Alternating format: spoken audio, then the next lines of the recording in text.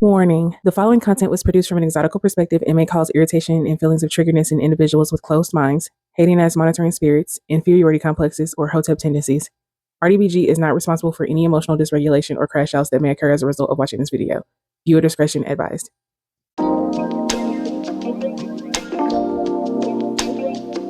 Hey everybody. So I wanted to come on and speak about intersectionality and why I only can and do speak for my intersection. So I get these comments every other video because I'm sorry, y'all. I'm not consistent. I'm trying, but time is like a construct around me. Like I don't really like follow. Like I'm a hippie, so I'm sorry.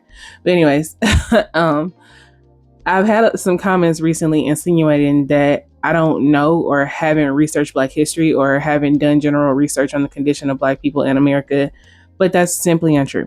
I'll say this over and over. I have a couple degrees and experience in several different fields, and I speak based on my understanding. Now, obviously, feelings can interject occasionally because I'm a human, but as an educated person who has healed from Hotepism, I can objectively say that a lot of the caping that I did before came from things I'd studied that completely disregarded my experience as a quote unquote different type of Black person.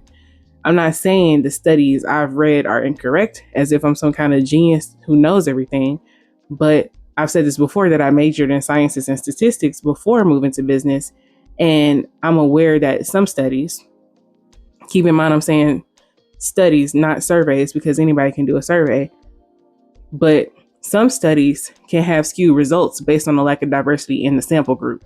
In the case of the Black community, I hear Hoteps all the time saying that light skin is a recessive trait, especially if you have two Black parents, which means samples are being pulled from a population of majority dark-skinned people. So naturally, studies wouldn't be skewed in our favor. Well, not quote unquote in our favor, but wouldn't clearly show the effects of dysfunction in the Black community on light-skinned people. It's like y'all seem to understand how a lack of diversity in a population affects studies when it comes to things like standardizing BMI scales or white male-centered psychological studies that don't take the nuance of minority groups into consideration. But somehow, y'all are still able to cling tight to the conclusion that the dysfunction of the Black community doesn't affect light-skinned Black people equally. I don't believe that, and I never will. I just think the plight of light-skinned Black people within Blackistan isn't accurately portrayed by statistics or simply isn't portrayed at all. I understand that this is difficult to believe because light-skinned Black people are used as the model Black person in the media, but despite being pushed to the forefront, light-skinned people are a minority within a minority group. And with the notion that we're privileged for being a lighter minority within a Black community comes disregard for our experience, usually at all. So after reading all these things that didn't actually say whether it included light-skinned Black people or just the opinions of light-skinned Black people, I was like, you know what? If I ever read something that says a study was conducted of a sample group divided into equal parts self-identified light-skinned Black women and light-skinned Black men and dark-skinned Black women and Black men from the same geographic and economic background with the same career, etc., and they were interviewed to find X variable, then I'll think, okay, maybe this study is a bit more fair. But I don't see that much. It's normally just quote unquote Black people were studied, which again, majority of Black people are not light skinned. So naturally, that would mean our experiences are not going to be accurately represented. And that's why I'll always be a proponent of looking up and around, which will give you the anecdotal evidence you need to support the various scenarios that aren't captured in targeted studies. Because if you just walk up to a light-skinned Black person and just ask them a question about their experience as a light-skinned Black person, I think you'll find that they think it's very similar to the experience of dark-skinned Black people. But then once you get more specific and you say, well, what about colorism? Then they almost probably are going to parrot what we've been fed for so long about how dark-skinned Black people are treated, whether we've actually witnessed that shit or not. And they almost surely won't say that they feel like their life has been inherently easier, especially when it comes to intraracial relations. I actually found a study on the National Library of Medicine that supports that notion, but I think I'm gonna use it in another video. But anyway, y'all do know before something becomes a statistic, or a study. It's just an observable experience, right?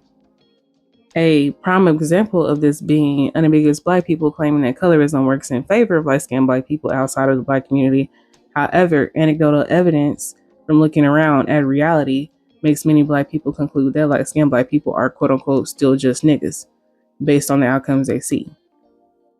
So I watched a video by one of my commenters, Richard Myers, where he spoke on a paper he did on colorism in the penal system. And we know that that aspect of white supremacy is a go-to argument during the colorism argument, especially if you're arguing about how Black people are treated interracially. They're like, well, the justice system. And it's like, what the fuck are you talking about? Like, that's between white people and Black people. We're talking about Black on Black, right? Which in general is the perspective that I'm speaking from anyway. And the video is good, so I'll link it below. But he listed some of his sources for me, and I was just reading them. And obviously, I don't doubt that colorism is prevalent in the justice system. But here's the thing about that for me. So, based on a simple Google search, I found that there are about 1.8 million people in prison. And of those 1.8 million, 26% are Black. That's less than 500,000, specifically 468,000. And based on the Pew Research website, there are 48.3 self-identified Black people, 12% of those being multiracial. So if you do the math, that's approximately 1%. It's less than 1, but approximately 1% of self-identified Black people dealing with the justice system at any given moment. And we won't talk about police brutality because if you look at any say their name mural, there is no trend of light skin versus dark skin. It's just Black people. But anyway, as a law-abiding citizen, I'm not going to let someone gaslight me about my experience with other Black people based on how criminals who are less than 1% of our population are treated in a white supremacist court system. And I've said this several times. I mostly address the Black community because that's where I function the most. Not that I don't empathize with the disenfranchisement that can lead to crime. Once you get into that life, you have to commit. And you have to commit to the potential consequences, unfortunately. So whether you want to gaslight me about how I'm treated by white people is up to you. You wouldn't know because you're not me. But after arguing for hours with my unambiguous father about the treatment I received while working in a white male dominated field for a decade, he quickly brushed it off and said, "You'll be okay, you're light skinned." After a while, we concluded that our experiences with white supremacists aren't very much different. Now, mind you, this is the man who grew up basically right after Jim Crow, witnessed MLK getting shot, all these things, right? Because it's not as simple as your skin tone. I've said this before, I don't tap dance for anybody. I'm also pretty and also have a nice ass. There is absolutely no way that he could understand the extra layers of entitlement that being a pretty light-skinned Black female gives people to my validation or to me as a whole. This is where intersectionality stepped in. And I let him know that he shouldn't dismiss what I was saying because statistics don't normally account for my specific experience. But that's just how I feel based on my education combined with my personal experience. I'm not asking anyone to agree with that take. But please know that I'm not just some random super biased and uneducated podcast bro spewing BS for clicks. What a lot of these people are upset about in my comment section is the essence of intersectionality. They seem to dislike that multiple truths are able to exist simultaneously. And that's what this channel, just like every other channel, is about. I can only speak truth from my intersection. And just because somebody hasn't cared enough to make a study about my intersection doesn't make it less real. And when I speak about my views of the Black community from my specific intersection, please know that I'm fully aware and understand the external barriers that affect the Black community. But please also know that I come from a predominantly Black area and have a slew of anecdotal evidence. Shit, I am anecdotal evidence. I've seen just as many Black people win as I've seen niggas succumb to oppression, both self-inflicted and systemic.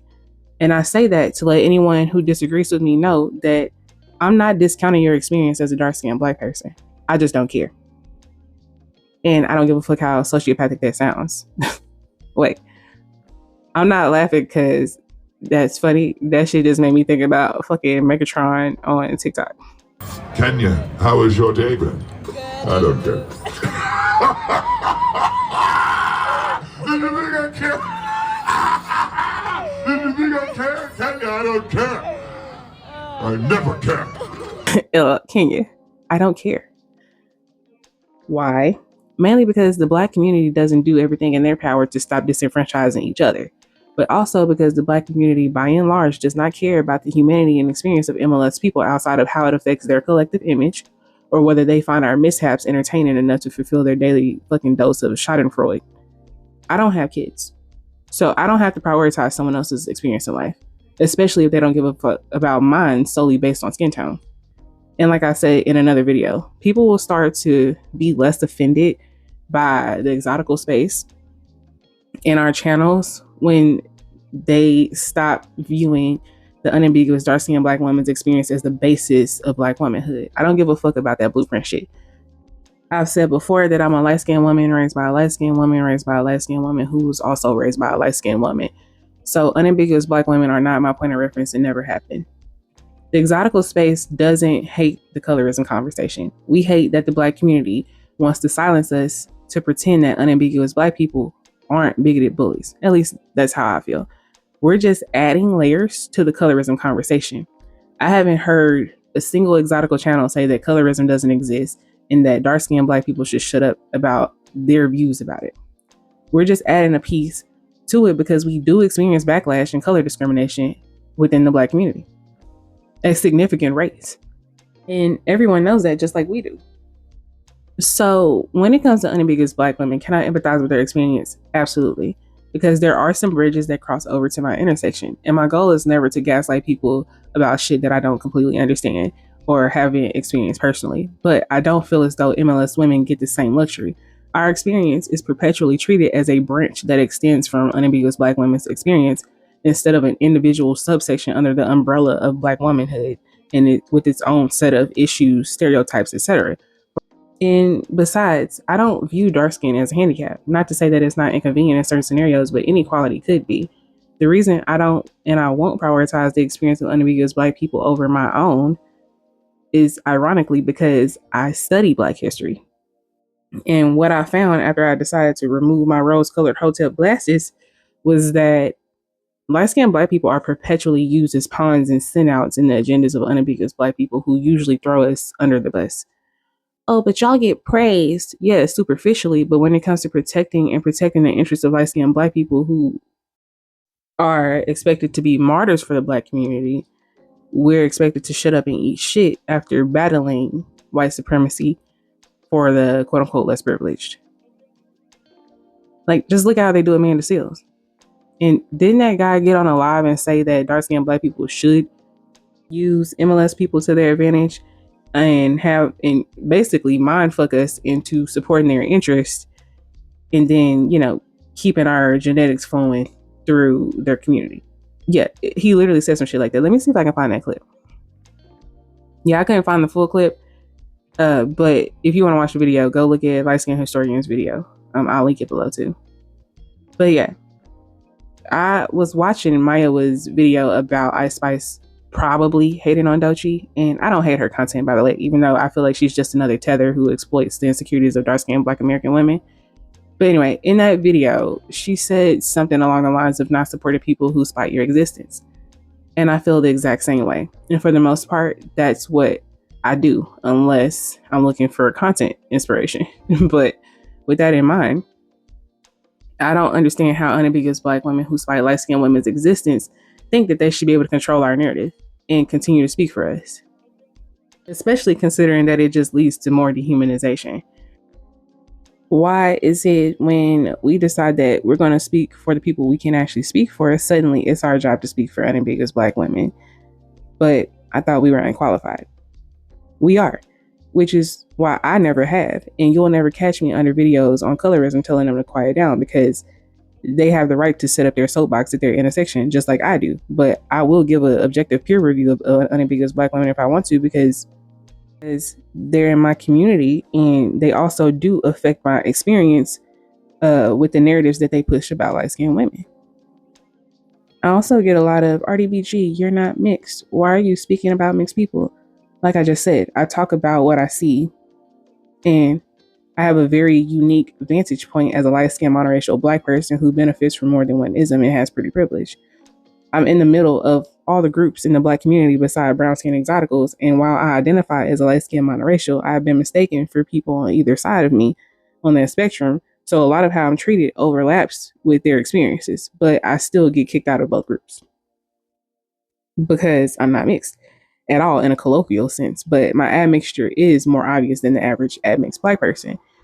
Even family have made it clear to me that they view me as other despite being my parent or sharing parents or sharing grandparents, which is a lot of light skinned monoracials' first experiences realizing that we're not viewed as a part no matter how we view ourselves. This makes me think about a comment that was left on my channel a while back. CC Inspiration says, my mom and dad are both dark skinned. I came out lighter like my grandmother and great grandmother. I used to have light skin guilt. I used to always compliment and praise everyone. Meanwhile, nobody ever complimented me. My aunt even said I didn't compliment you because I thought you knew you were pretty. Somehow, as a kid, I was supposed to develop self esteem without my family building me up. I love looking like my grandmother. I feel connected to her, although she's no longer here. And then I might have said something, but YouTube is always deleting my comments and shit. But she responded, yes, meanwhile, everyone else in my family got called beautiful and so gorgeous, especially if they were very dark skinned. Since my family consists of majority dark to dark brown skin, I was always being told my skin color is played out. My aunt even called my hair color dirty brown and said my skin color wasn't as beautiful as her and her daughter. I got demeaned and bullied so much that I thought that was how I was supposed to be treated. Like, that's so sad. Imagine being a grown ass woman and deliberately trying to break down the self esteem of a child because you believe that this child, quote unquote, knew she was pretty, right? So there's the crime right there because you didn't just try to say, hey, tell your daughter, yes, your cousin is pretty because, blah, blah, blah. Even though y'all have different shades of skin, y'all are both beautiful. You deliberately went out of your way to tell a child that she isn't as pretty because she was supposed to just fucking know that she was pretty. Based on what? And even though some light skinned black people are praised, and I don't think people owe light skinned people praise, obviously, but you do owe a child the effort of building their self esteem versus knocking it the fuck down. Obviously, that's how you get healthy human beings. But a lot of us exoticals know what it's like to be disparaged by black people simply because of the perception that we're pedestalized by other black people or even non black people, even as children, right? Even before you get an opportunity to interact with other people and be exposed to things like colorism or featureism and texturism, all of which are ideations that normally have nothing to do with us personally. Because if we're a kid, chances are we just trying to fucking play with Play-Doh. Nobody's trying to color and shit. Ain't nobody worried about how we look. And now that I think about it, I don't even know that I even had my own light skinned mother validate me that much as a kid. Probably in the same way that her aunt was avoiding telling her that she was pretty because, you didn't want to make her head too fucking big, right? And now that I think about it, maybe I would have felt, like I was uglier had other people not been validating me so much when I was a kid. I've always been, oh, she's so cute, she's so precious, she's so beautiful, pinching my cheeks and shit and kissing me and shit. Like, I used to hate that shit when I was a kid, but that's what would happen. So, like, I think my mom was trying to balance that, but she really should have just been explaining, things to make me feel more human versus like, oh, you're just so cute, you're just so cute. Either way, I know there are people who have had the same experience. So whether I'm speaking about womanhood, black womanhood, being light skinned, being pretty, the good, bad, or ugly, this channel is to make sure that people who intersect with any of those things know there's someone who can relate. Because part of being monoracial and being exotical at the same time is that people expect me to pretend like I'm not other while being fully aware that I'm absolutely other. And someone commented recently that dark skinned black people should separate themselves because light skinned black people only bring negativity. Now, history would say differently, but that's my point. Especially for the light skinned saviors out there. They'll never appreciate the groundwork that we do for the black community. So if they want to separate, I think they should. I don't personally believe in separating based on color as much as mindset because I know I could reproduce a child of any shade if I decide to have one. Also, if they do believe that light skinned black people should separate, they shouldn't get upset when they look over and they still see light skinned black people having a good time. They don't need to be getting upset and trying to blame it on the same proximity to whiteness that they claim doesn't actually work in our favor anyway. Like, don't be talking about the talent and tint and shit. Like, it's, negative in how all light skins are colorist. Because, first of all, I know just as many bummy light skins as I do bummy dark skins. And sometimes I just wonder if it's almost mandatory for light skinned people to leave Blackistan in order to not just become successful, but find true peace. And I'm not going to pretend that this is not a thought that has crossed my mind before, because, like, as I mentioned before, I know statistics say that we fare better, but sometimes I think, and this is just a personal perspective, that we just end up, by nature of the environment that we're in, especially if we're surrounded by a whole bunch of unambiguous Black people, that we end up with more determination to leave a less than ideal situation where we're surrounded by people who really don't fuck with us and who try to siphon whatever they can from us. And if we want to not just survive, but thrive while maintaining our individuality safely while being light skinned, you basically have to leave. And frankly, I don't want to be anywhere where my whole existence is expected to be centered around martyring for people who think that I think I'm too good for trying to fix an issue that they also still told me that I'm obligated to fix. I don't want to be around people who dwindle my existence to being a fuck toy simply because I'm red. Miss me with all that shit. But anyway, that's just my quarterly spiel because, just like I mentioned in my LSBWE video, this channel is about uplifting exoticals with a strong emphasis on light skin monoracials because that's what I am and that's my perspective. But that doesn't exclude anybody else because if they can relate, they can relate. If I can find situations that other types of exoticals go through and I can relate, then I'm going to speak on it. But that's it for this video. If you like the content, please be sure to subscribe and I will see you next time. Bye.